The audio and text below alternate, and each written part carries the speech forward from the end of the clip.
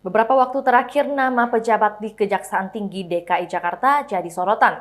Pria bernama Reda Mantovani dibicarakan karena sempat berusaha membantu pelaku kasus penganiayaan Mario Dandi agar bisa berdamai dengan David sang korban. Reda memberikan penawaran supaya kasus ini berakhir dengan restoratif justice. Usut punya usut, Reda Mantovani juga bukan orang sembarangan. Harta kekayaannya serta karirnya mentereng hingga ke luar negeri.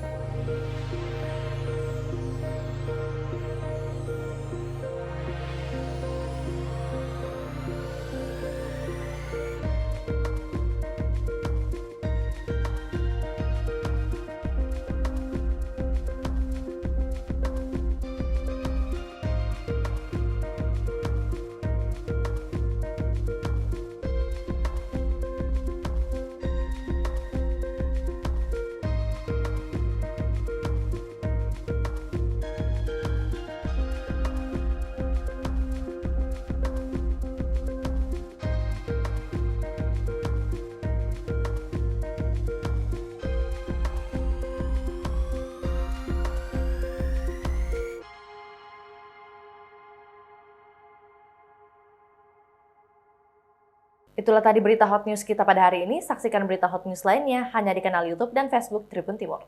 Terima kasih sudah nonton. Jangan lupa like, subscribe, dan share ya.